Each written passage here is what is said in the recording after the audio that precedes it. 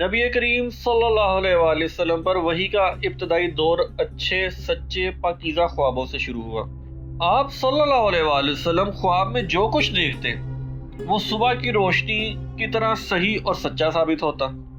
پھر من جانب قدرت آپ صلی اللہ علیہ وآلہ وسلم تنہائی پسند ہو گئے اور آپ صلی اللہ علیہ وآلہ وسلم نے غار حرا میں خلوت نشینی اختیار کر لی اور کئی دن اور رات وہاں مسلسل عبادت اور یاد الہی و ذکر و فکر میں مشغول رہتے۔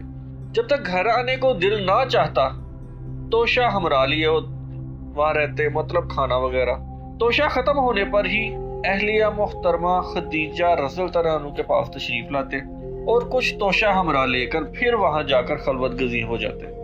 یہی طریقہ جاری رہا یہاں تک کہ آپ صلی اللہ علیہ وآلہ وسلم پر حق منکشف ہو گیا اور آپ صلی اللہ علیہ وآلہ وسلم غار حرا میں ہی کے یہاں پذیر تھے کہ اچانک جبرائیل علیہ السلام آپ صلی اللہ علیہ وآلہ وسلم کے پاس حاضر ہوئے اور کہنے لگے کہ اے محمد صلی اللہ علیہ وآلہ وسلم پڑھو۔ آپ صلی اللہ علیہ وآلہ وسلم فرماتے ہیں کہ میں نے کہا میں پڑھنا نہیں جانتا۔ آپ صلی اللہ علیہ وسلم فرماتے ہیں کہ فرشتے نے مجھے پکڑ کر اتنے زور سے بھینچا کہ میری طاقت جواب دے گئی، پھر مجھے چھوڑ کر کہا کہ پڑھو۔ میں نے پھر وہی جواب دیا کہ میں پڑھا ہوا نہیں ہوں۔ اس فرشتے نے مجھ کو نہایت ہی زور سے بھینچا کہ مجھ کو سخت تکلیف محسوس ہوئی۔ پھر اس نے کہا کہ پڑھ۔ میں نے کہا کہ میں پڑھا ہوا نہیں ہوں۔ فرشتے نے تیسری بار مجھ کو پکڑا اور تیسری مرتبہ پھر مجھ کو بھینچا، پھر مجھے چھوڑ دیا اور کہنے لگا کہ پڑھو اپنے رب کے نام کی مدد سے جس نے پیدا کیا اور انسان کو خون کی پھٹکی سے بنایا۔ پڑھو اور آپ کا رب بہت ہی مہربانیاں کرنے والا ہے۔ بس یہی آیتیں آپ صلی اللہ علیہ وآلہ وسلم جبرائیل علیہ السلام سے سن کر اس حال میں غار حرا سے واپس ہوئے کہ آپ صلی اللہ علیہ وآلہ وسلم کا دل اس انوکھے واقعے سے کانپ رہا تھا۔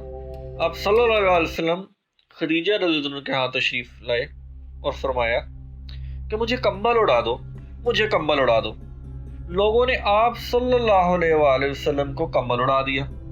جب آپ صلی اللہ علیہ وسلم کا ڈر جاتا رہا تو آپ صلی اللہ علیہ وسلم نے اپنی زوجہ محترمہ حضرت خدیجہ رضی اللہ عنہا کو تفصیل کے ساتھ یہ واقعہ سنایا اور فرمانے لگے کہ مجھ کو اب اپنی جان کا خوف ہو گیا ہے۔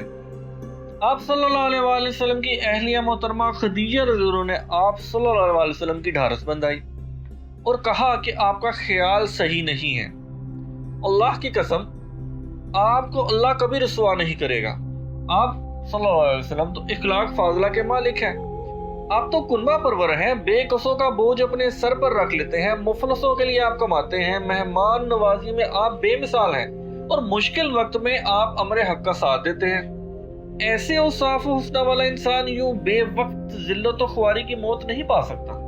پھر مزید تسلی کے لیے خدیجہ رضی اللہ عنہا نے آپ صلی اللہ علیہ وسلم کو ورقہ بن نوفل کے پاس لے گئی جو ان کے چچا زاد بھائی تھے۔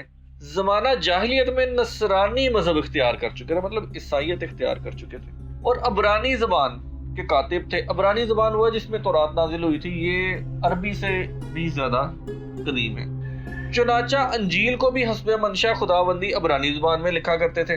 انجیل سریانی زبان میں نازل ہوئی تھی، پھر اس کا ترجمہ عبرانی زبان میں ہوا۔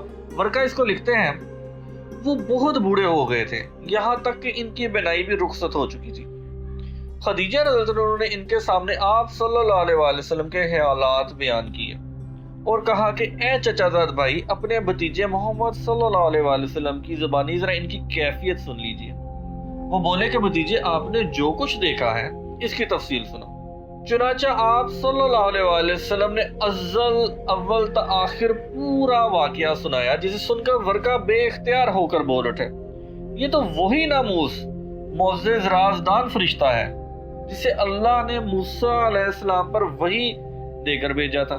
کاش میں آپ کے اس عہد نبوت کے شروع ہونے پر جوان ہوتا، کاش میں اس وقت تک زندہ رہتا جبکہ آپ کی قوم آپ صلی اللہ علیہ وسلم کو اس شہر سے نکال دے گی۔ رسول اللہ صلی اللہ علیہ وسلم نے یہ سن کر تعجب سے پوچھا کہ کیا وہ لوگ مجھ کو نکال دیں گے، حالانکہ میں تو ان میں صادق و امین مقبول ہوں۔ ورقہ بولا ہاں یہ سب کچھ سچ ہے، مگر جو شخص بھی آپ کی طرح امر حق لے کر آیا لوگ اس کے دشمن ہو گئے ہیں۔ اگر مجھے آپ کی نبوت کا وہ زمانہ مل جائے تو میں آپ کی پوری مدد کروں گا، مگر ورقہ کچھ دنوں بعد ہی انتقال کر گئے۔ پھر کچھ عرصہ تک وحی کی آمد ہو۔